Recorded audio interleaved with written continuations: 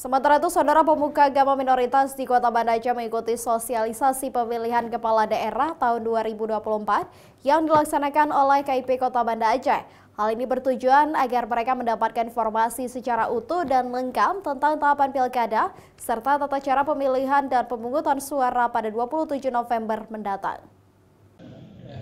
Kelompok minoritas di Kota Banda Aceh tidak luput dari sasaran sosialisasi KIP Kota Banda Aceh. Mereka mendapatkan edukasi tentang pemilihan kepala daerah tahun 2024.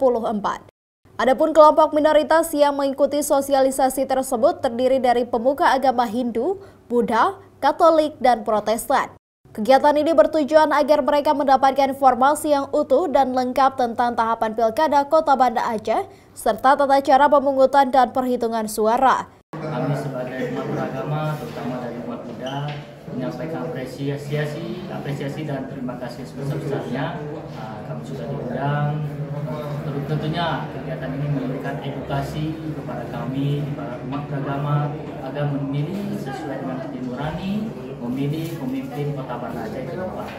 Terima kasih sekali lagi, semoga kegiatan seperti ini bisa dilanjutkan dan ditingkatkan untuk memberikan edukasi kepada masyarakat. Terima kasih. Selain itu, mereka juga diminta untuk aktif menyebarkan informasi soal Pilkada Aceh, serta mengajak kelompok minoritas lainnya agar datang ke TPS pemungutan suara pada 27 November 2024 dengan tujuan dapat meningkatkan partisipasi pemilih. Nova Wisdayanti, Kompas TV, Banda Aceh.